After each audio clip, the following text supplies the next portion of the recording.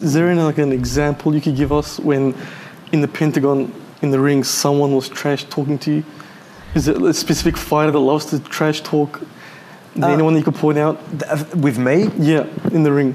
I'm trying to think if anyone's has really trash talking. Because sometimes in a fight you see, like, people, like, the fighters talking to each other. Yeah, especially when you're, like, laying into them.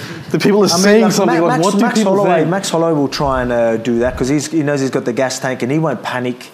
Even when you're like even though I'm winning, like, he will still try and do that, like try and get in your head. But I mean, he's like the only one that could probably stay composed, even when he was losing. A lot of other guys, I didn't really give him much to trash talk about. You know what I mean? Like, and obviously me and Islam was very competitive but respectful. So it's not like we're trying to trash talk each other. There was moments where, like, come on, like, it was more ego because of the crowd's going, and it was like more. A lot of times I do that when you see me go in there. I'm trying to fire myself up. Like, I'm trying to get myself hyped up and get, like, through this time of my career. So when I first started, the reason why I'm so composed, I've always tried to keep myself very composed. Walking in, all right, try not to focus on the crowd, like, too much. I don't want to get too emotional. I need to stay calm. And I did such a great job of that I started getting too chill in there. Like, I was literally getting too chill in there, where I was like literally feeling like I'm just here. I'm just having a chat. You know what I mean? And I was like, all right, I need to start trying to find a bit of fire. So like the Ortega one, there was a bit of trash talking and there was a little bit of bad blood there, and like I end up thriving off that. So I enjoyed it. So, and then there was obviously the Max would say things to each other, but it was never disrespect. It was just more like, let's go. Like, it was more like that. So, but again, I'll like do that to fire up. Again, it's not aggression. It's just more.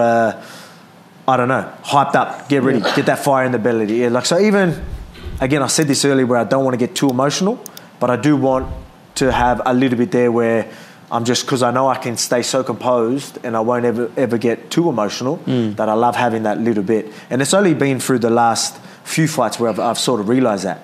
So now I try and, one good reason, one thing that was an eye-opener for me was against Max Holloway when I had, went there and everyone was booing me. Okay. And I was like, because during the fight week, I was just, because it was back-to-back fights from Korean Zombie and Max Holloway. So I started getting really chill. Like, I was like, fight week, I'm like, oh yeah, man, I'm competing this weekend, it's Max Holloway, like, I've got to be ready for this. I'm like, all right, press conference, I'll hype myself up, and we'll see what we can do. And then, the crowd will probably boo or something, I'll just use that. So they started going, and then I started using the crowd, the boos, and then he started trash talking, which he doesn't usually do. I think he was trying to get in my head. And he didn't know that, I was talking to, because I got a sports psych and that. And I was even talking to him about, like, I need to fire myself up, I'm going to use a press conference. So he started doing this. I'm like, thank you. That's exactly what I needed. Yeah. And it just, I couldn't believe how like much it pumped me up. And then in there, while I was firing myself up, I was trying to do, like, trying to go, come on, let's go, because I was landing a couple of shots. And I was just on point. I felt so good in there. Everything was clear. My, the fire was there. Everything was just on point. I'm like, I need that. I need that now. I need that yin and yang. I need that balance, right? I needed that balance with, you still want a little bit of fire there as well. You don't want to be too level. You don't want to be too calm, but calm enough to stick to a game plan. But you still want that little bit of fire, not aggression. Yeah, fire. On the opposite side, do you have a soft spot? So let's say you're fighting an opponent and you give them the biggest hammering they've ever received in their life. Do you have like a guilt? Do you feel bad later on? Yeah. Because when someone knocks someone out, they're out there partying, dancing in the octagon. The poor guy's there suffering. I think what's up with that? So I think the actual. So if you were to say knock someone out, I think it's because it all happens quickly and the emotions like, oh, yeah, I won, right? You're literally figure out you won like that. Yeah.